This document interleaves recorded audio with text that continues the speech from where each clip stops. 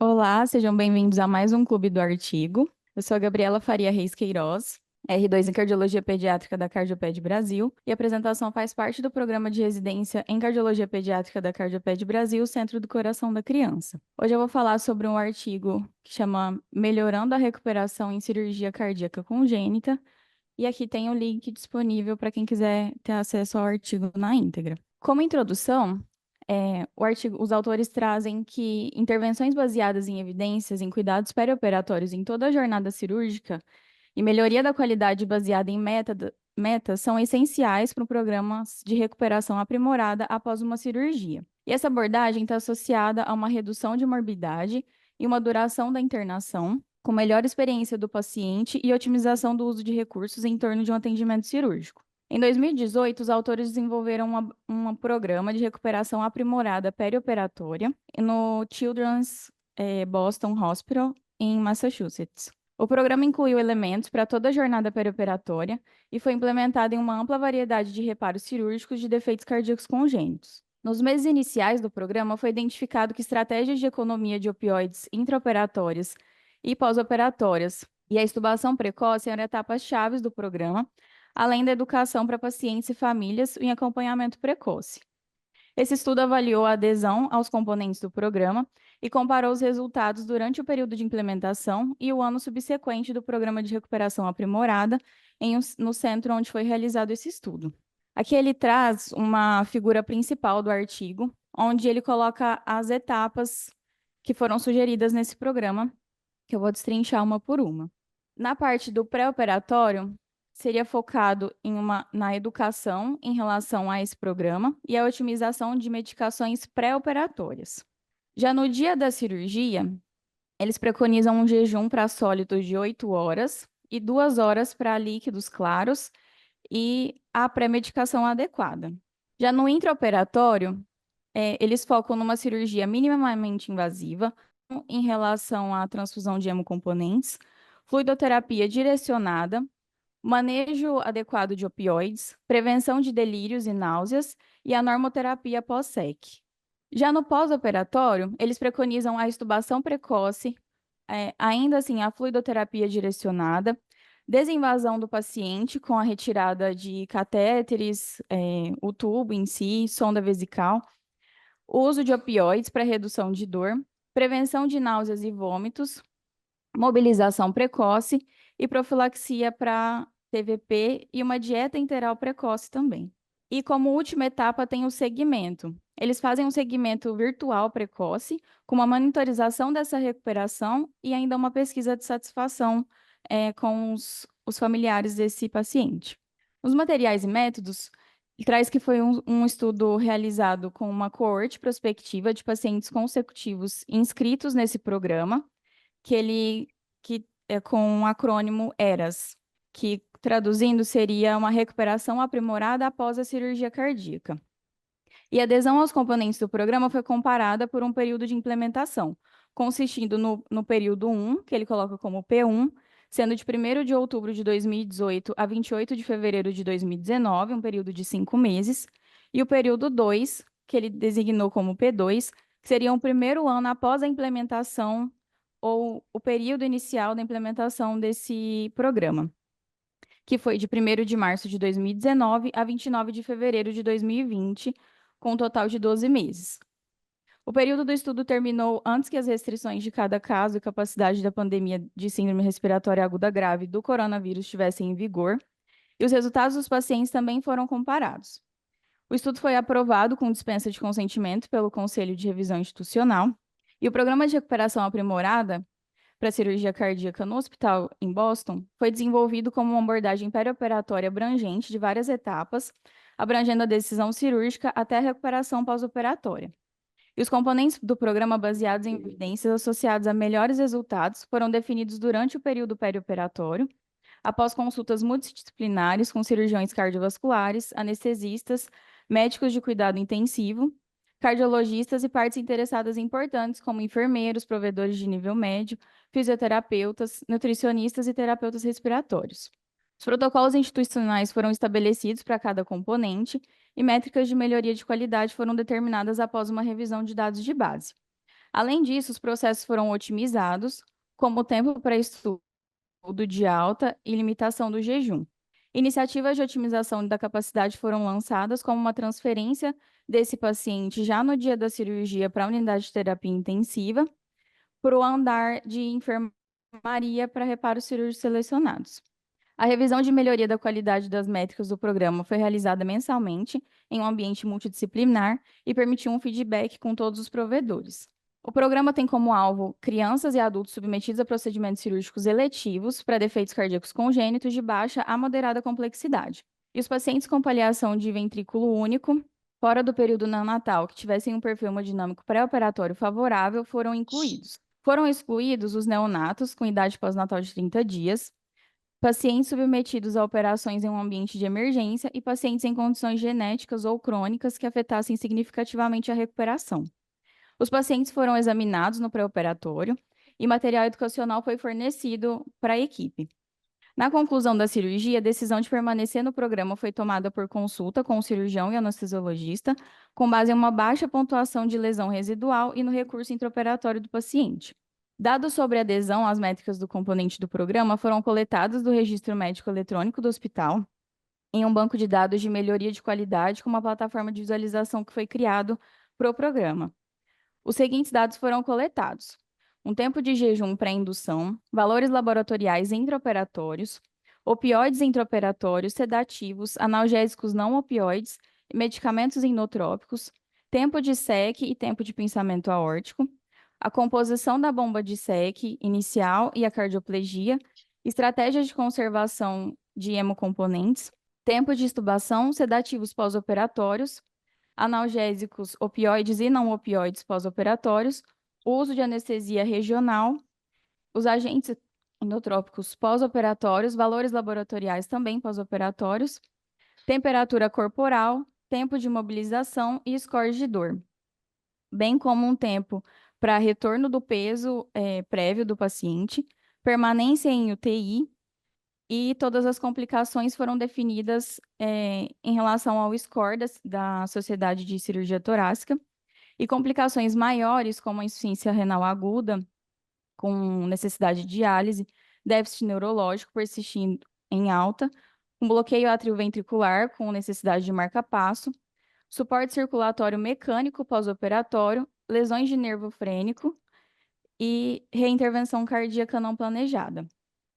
E também coletaram dados sobre a readmissão em 30 dias após alta ou reintervenção cardíaca e mortalidade. Os pacientes do programa são atendidos virtualmente por um provedor de nível médio, dentro de 7 a 10 dias após a alta, e uma pesquisa eletrônica de resultados relatados pelo paciente foi desenvolvida especificamente para esse programa e foi lançada 9 meses após o início do programa. A pesquisa de 5 perguntas relacionadas ao nível de disponibilidade do paciente, do apetite, sono, dor e preocupações com a cicatrização da ferida foi enviada eletronicamente em 5, 10 e 20 dias após a alta para monitorar essa recuperação para o desenvolvimento de eventos adversos. E as respostas são revisadas e acompanhadas por um coordenador desse programa. Além disso, pesquisas eletrônicas ou por telefone de 30 dias a 1 ano após essa alta são incluídas para todos os pacientes para incluir 100% de acompanhamento. Para características do paciente, adesão aos componentes do programa e resultados adversos, variáveis binárias e categóricas foram apresentadas, como frequências e porcentagens, com comparações dos dois períodos, P1 versus o P2, realizadas usando o teste exato de Fisher. E variáveis contínuas foram avaliadas para normalidade e variáveis com distribuições não normais foram relatadas como medianas com intervalos interquartis, no geral, e dentro de cada período de estudo e comparadas usando o teste de Wilcoxon-Rank-Sum. Para examinar a associação entre tempo contínuo e resultados do programa desde o início, abrangidos por esse estudo, a modelagem aditiva generalizada foi realizada para avaliar potenciais associações não lineares.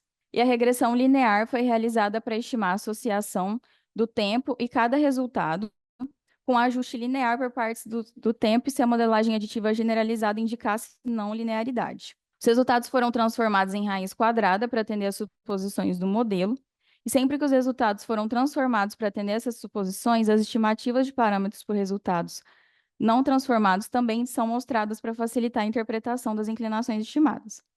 Um valor de P menor ou igual a 0,05 foi considerado estatisticamente significativo e as análises estatísticas foram realizadas usando um software SPSS versão 24 e o SAS versão 9.4 e ainda um R versão 3.4.1.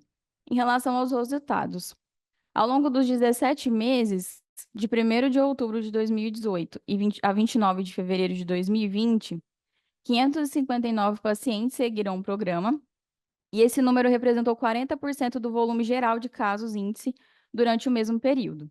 Havia 153 pacientes, totalizando 27% no período de implementação, que seria o P1, e 406 pacientes, totalizando 73%, no adultos com doença cardíaca congênita.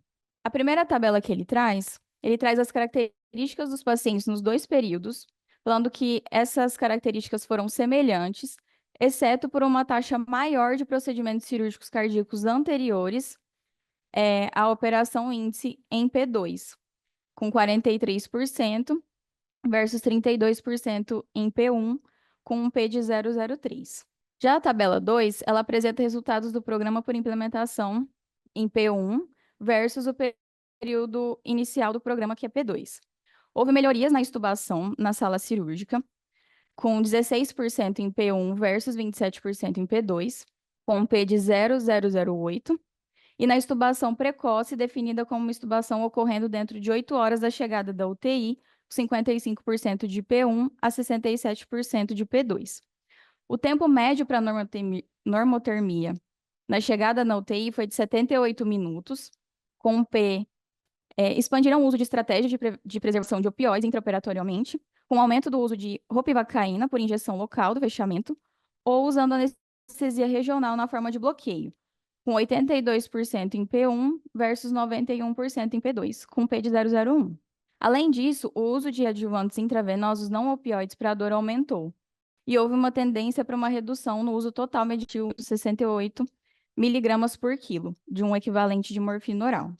Já na figura, ele traz 3 figuras, fazendo a relação, um gráfico de dispersão.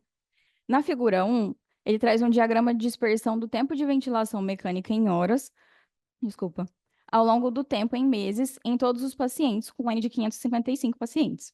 A linha vermelha sólida vai indicar o tempo médio estimado para essa extubação, e as linhas tracejadas limitam uma faixa de confiança de 95%. 4 casos com tempos de extubação maiores de 40 horas não são mostrados nessa figura, e a mudança no tempo de extubação ao longo da duração do programa diferiu significativamente de 0, com um P de 0,003, com base na regressão do tempo de raiz quadrada para a extubação. A inclinação estimada para o tempo de extubação foi de 0,25 a 0,08 horas mês, com P de 0,003, e 0,17 a 0,1 hora mês, com P de 0,04, ao excluir pacientes estubados. Já na figura 2, pacientes 50, a linha vermelha vai indicar a média estimada do uso desse equivalente de morfina oral intraoperatória ao longo do tempo, a partir de um modelo linear por partes, com essas linhas tracejadas também, como na outra figura, delimitando uma faixa de confiança pontual de 95%. O paciente com maior do que 30 gramas por quilo não é mostrado nesse gráfico, e a mudança ao longo da duração do programa diferiu significativamente de 0 nos meses de 0 a 5, com P menor do que 0,001, com base na regressão da raiz quadrada do equivalente de morfina oral intraoperatória para 5 meses, e permaneceu constante do 5º mês até o final do estudo.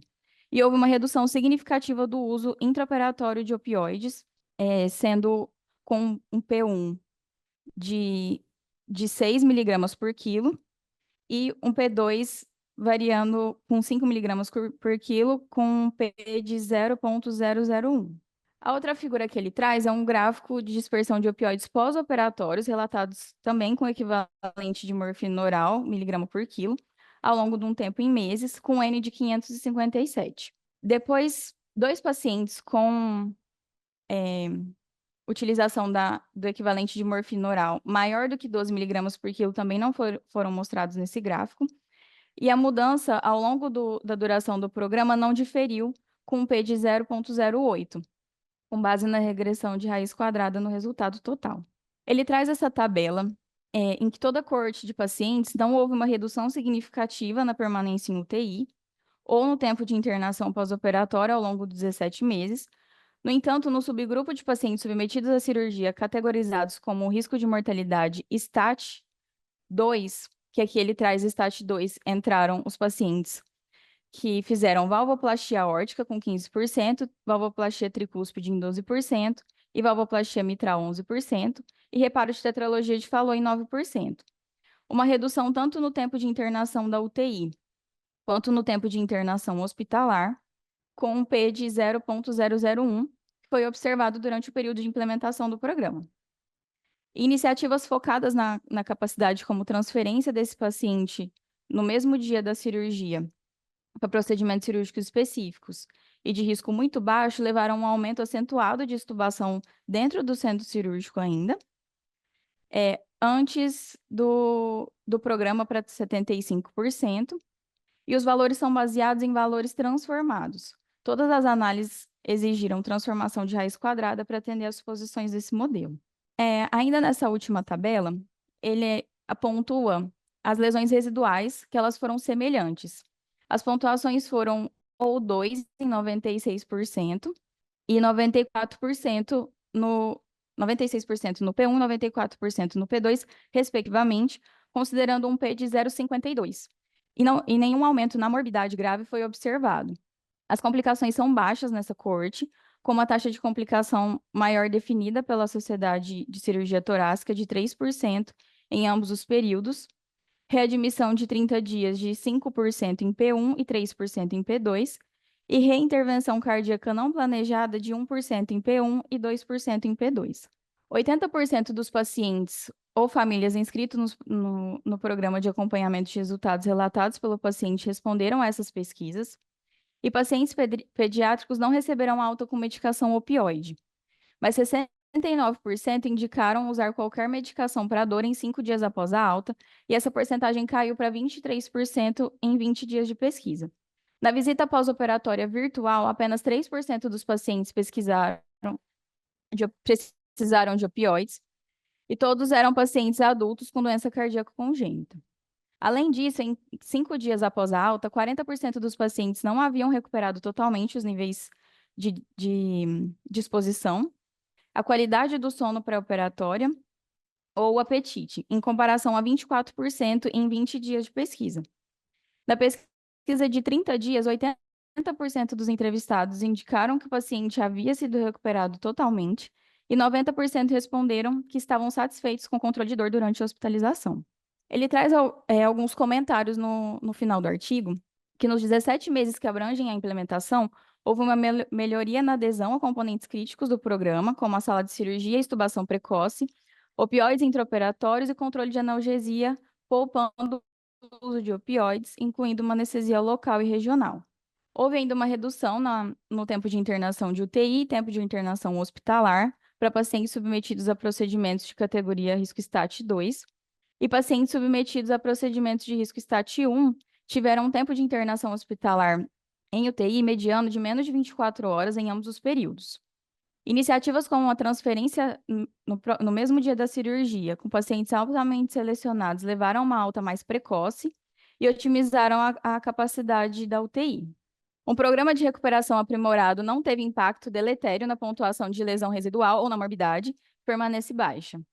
Também não houve alteração no tempo de internação hospitalar para o programa como um todo, possivelmente como resultado de uma ampla inclusão no programa e diversidade de casos. Certas melhorias ocorreram no início do período de implementação, como a redução de opioides intraoperatórios, e cirurgiões e anestesiologistas foram os primeiros a adotar o programa, e a adesão às diretrizes levou mais tempo na UTI e na enfermaria, onde o maior número de provedores, acuidade e equipe entraram em jogo.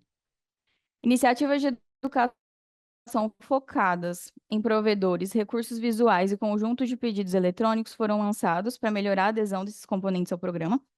E a revisão multidisciplinar das métricas dos programas usando uma plataforma de visualização interativa realizada mensalmente é essencial para o desenvolvimento e melhoria. O programa de recuperação aprimorada levou a melhores resultados, hospitalização mais curta e melhor uso de recursos em adultos, inclusive após cirurgia cardíaca. A melhoria vem da soma dos ganhos e o uso de cada componente ou etapa do programa pode ser difícil de qualificar. Além disso, a educação pré-operatória sobre as expectativas sobre o curso pós-operatório é essencial para redefinir as posições dos pais sobre os marcos pós-operatórios. Na cirurgia pediátrica, Reis e Raval revelaram que o aconselhamento para programa se estende além da interação tradicional entre o provedor e os pais, para incluir expectativas claras para o gerenciamento de dor, mobilização e critérios para alta, para capacitar a família a se tornar uma parte interessada ativa nesse processo, melhorando assim a satisfação. Metas claramente comunicadas são essenciais para a satisfação desse paciente e da família no programa. O gerenciamento da dor na cirurgia cardíaca pediátrica deve equilibrar as metas divergentes de redução do estresse cirúrgico perioperatório, mas, ao mesmo tempo, tem que permitir a extubação e imobilização precoces.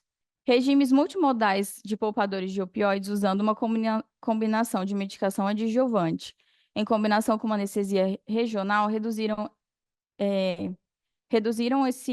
de forma excelente esse controle de dor no pós-operatório e permitem uma estratégia de extubação precoce.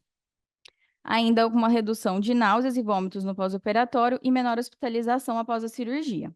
As limitações desse estudo incluem um potencial viés de seleção, porque os pacientes foram selecionados no pré-operatório e a confirmação no final do caso dependia do acordo entre o cirurgião e o anestesiologista sobre continuar com as etapas. No entanto, as características dos pacientes foram semelhantes em ambos os períodos, e o estudo considerou todos os pacientes que foram selecionados para o programa continuar com base no resultado intraoperatório. Concluindo, ele traz que melhorar a recuperação após a cirurgia resulta da soma dos ganhos de uma abordagem abrangente de várias etapas, com processo de melhoria de qualidade em vigor, educação e envolvimento da família. Várias melhorias nas métricas do programa foram observadas ao longo desses 17 meses, notavelmente a extubação precoce e a adoção de estratégias multimodais e poupadores de opioides.